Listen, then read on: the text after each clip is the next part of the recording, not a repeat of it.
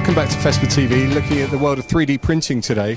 Really pleased to be joined by Jason from Legacy Effects. Jason, welcome to FESPA TV. Thanks for taking the time to talk to us today. What's Legacy Effects do? Tell us a little bit about your work. So we're a special effects studio. We've come out of the Stan Winston studio. Stan pioneered a lot of stuff in filmmaking for about 25 years, maybe even more. Terminator, Jurassic Park, Predators, all of those iconic films.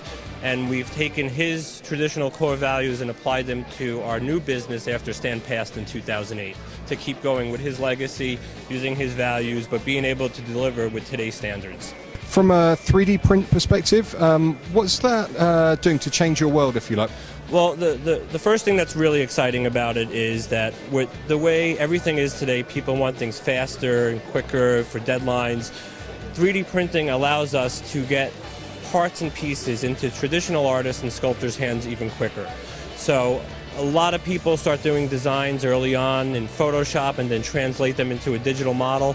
We can then take that digital model and very quickly, with the workforce that we have and talent that we have, turn that into a 3D printed piece to get it back into someone's hands to make a decision, to run some tests, or to be a base to take it to the next level on our workshop floor. Tell me a little bit more about this piece that you're wearing. Is that the right word? Yep. So what I'm holding here is from Iron Man 2. It's the gauntlets. And basically this technology allowed us to revisit and change how we made these in the first movie and apply them to how we made them from the second movie on.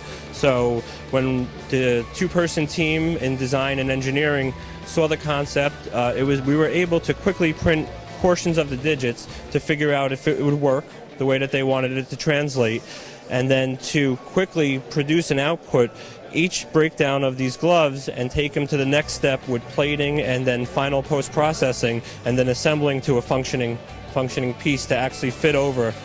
The design was wrapped over the actual scan of Robert's hand, so he has a true-to-fit comfort glove, so he can do more things in camera now and not be limited to what can be done on his hands. We marry with CG and visual effects. I mean, I don't like to look at as one thing replacing another thing. It's all about the marriage and how these technologies and these crafts play together. And this is a perfect example of it. It really allows all the people that have invested so many years as traditional artists in our studio to stay current with, all the things that they were doing for the first times ever back in the day, and apply them to new technologies quicker, and just be able to bring beautiful things to life with a nice base, easy way of getting there. Looking ahead to the future, what excites you about the possibilities of that technology, just freeing it up?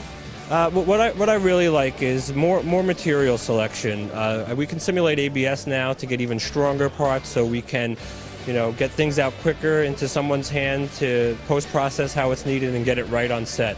It allows us to get out many versions. I mean, everything about the technology is very exciting to me because it hasn't been a replacement. It's just been a tool to get it into a craftsman's hands quicker and allow them to bring it to life. And anything that supports that workflow is what we're all about. So it's really just about speeding up that process. Speeding up the process, allowing a lot more time in testing and design because of the time that we've gained. You can really hash out a lot more ideas where you're not just locked in because of the time restriction. We leave at 5 o'clock, we put it on the printer, come in the next day, test it out, see how it worked. We're constantly moving, we're constantly creating with it.